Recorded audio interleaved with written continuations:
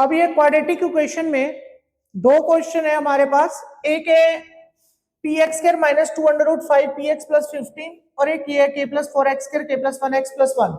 दोनों question same ही काम से होंगे, दोनों का काम भी वही है, if roots are equal find value of p, if roots are equal find value of k। दोनों का काम एक ही है, रूट्स आर इक्वल।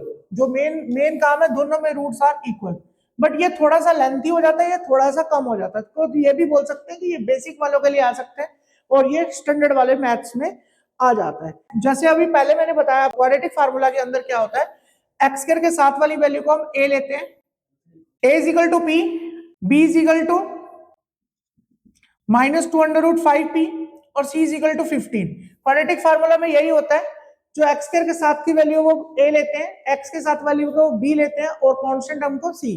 उसके बाद discriminant b square minus 4ac minus 2√5p का स्क्वायर, a की वैल्यू p, c की वैल्यू 15, 2 का स्क्वायर। अब इसे अलग अलग स्क्वायर करना हमेशा, मतलब कांस्टेंट का अलग कर देना, माइनस 2 का स्क्वायर 4 कर दिया, √5 का स्क्वायर 5 कर दिया, अलग अलग रखना हमेशा। और ये p का स्क्वायर, और ये हमेशा d इज इक्वल टू क्या होगा, 0। मेन यही काम है, if roots are equal then discriminant is always equal to 0। ये याद रखना, जब भी if roots are equal then discriminant is equal to 0, यही इसका मेन है फार्मूला। 15 4 जा 60p is equal to 0, 20p square minus 60p उधर गया तो प्लस 60p, p से p कट हो गया, p इज इक्वल टू 60/20, तो p की वैल्यू कितनी आ गई, 3।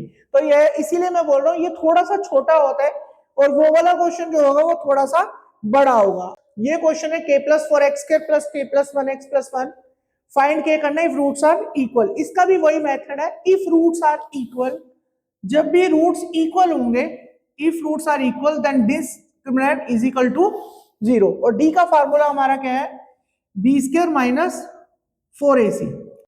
ये x स्क्वायर के साथ वाली वैल्यू को हम a बोलेंगे, x के साथ वाली वैल्यू को हम b बोलेंगे और कांस्टेंट टर्म को हम c बोलेंगे। ये याद रखना, क्योंकि बार बार मैं यही बता रहा हूं आपको कि x स्क्वायर के साथ का कोफिशिएंट a होगा, x के साथ का कोफिशिएंट b होगा और कांस्टेंट टर्म को c बोलेंगे।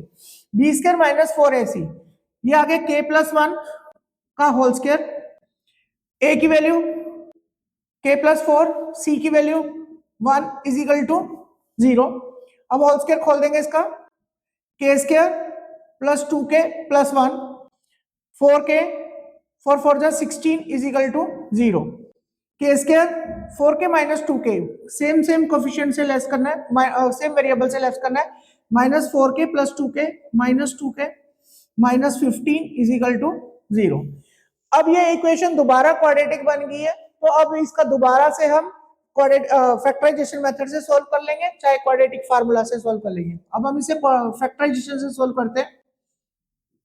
फैक्टराइजेशन मेथड में क्या समझाया गया था कि ऐसी वैल्यू जिनको प्लस माइनस करके 2 आ जाए और मल्टीप्लाई करके 15 आ जाए, तो 5 माइनस 3 2 होता है, 5 3 जा 15, 5 को k से मल्टीप्लाई किया 5k माइनस माइनस प्लस। ये याद रखना, जब भी बाहर नेगेटिव होगा तो अंदर के साइन चेंज हो जाएंगे।